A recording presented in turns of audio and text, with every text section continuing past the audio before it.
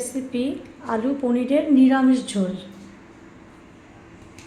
কড়াইয়ে তেল গরম হয়ে গেছে, এবার পনিরগুলো ভেজে তুলে নেব।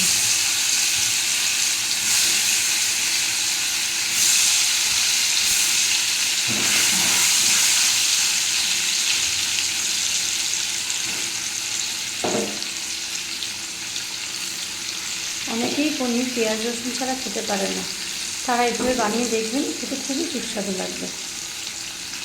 আমার পনিরটা ভাজা হয়ে গেছে। পনির ভেজে আমি একটু জলে ফেলে রেখেছি, তাতে পনিরটা নরম থাকবে। এবার আমি আলুটা ভেজে নেব।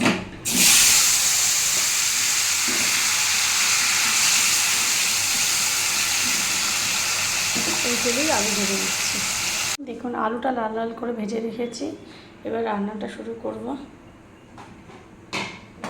প্রথমে দেব সাদা জিরা ফোড়নে,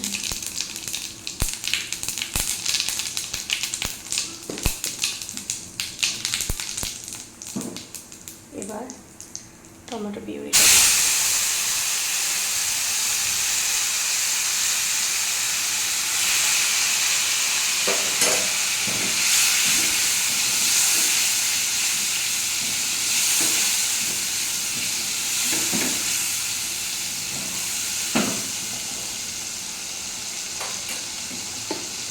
আদা বাটা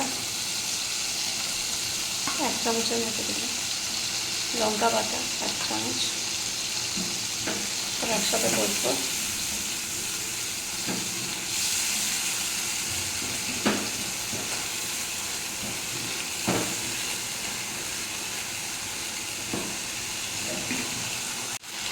দেখুন এখন তেল ছাড়া ছাড়া হচ্ছে, এই অবস্থায় এখন আমি দেব নুন, 1.5 চামচের মতো দিলাম, হলুদ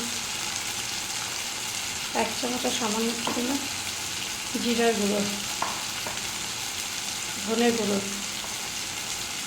ওই 1.5 চামচের মতো দিলাম, দুটো মিলিয়ে 2 চামচের মতো দিয়ে আবার কষবো।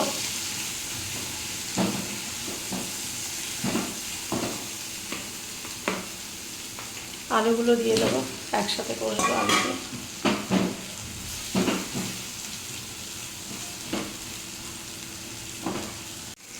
দেখুন আমার কষানো হয়ে গেছে, তেল ছাড়ছে চারিদিক থেকে। এই অবস্থায় আমি জল দিয়ে দেবো, 2 কাপের মতো জল দিলাম।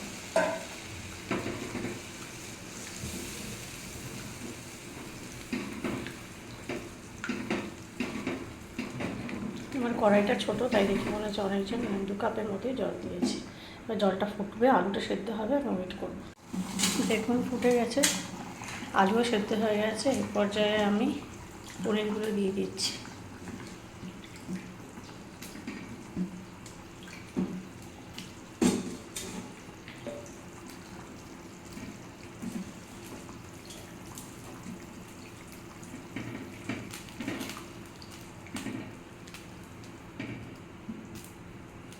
আর 1 চামচ গরম মশলা দিয়ে দিলাম, মিশিয়ে নিলাম, ফুটতে দেব। দেখুন ফুটে গেছে জলটা, আমার নিরামিষ আলু পনিরের ঝোল একদম রেডি। এবার আমি সার্ভ করবো। ভিডিওটা ভালো লাগলে প্লিজ লাইক আর সাবস্ক্রাইব করবেন, ধন্যবাদ। দেখুন আমার আলু পনিরের সবজি একদম নিরামিষ, পেঁয়াজ রসুন ছাড়া পরিবেশন করার জন্য একদম রেডি।